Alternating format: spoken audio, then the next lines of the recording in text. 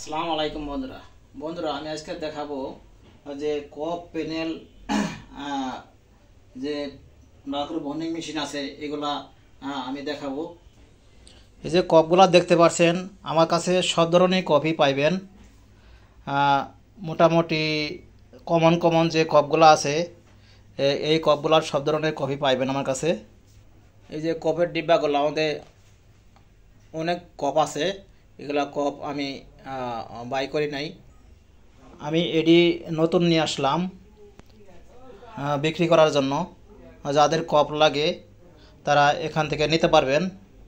পাশাপাশি আমাদের bonding machine আছে, আমাদের কাছে থেকে ডিসপ্লেও নিতে পারবেন। যে ডিসপ্লেগুলো রেডি করতেছি,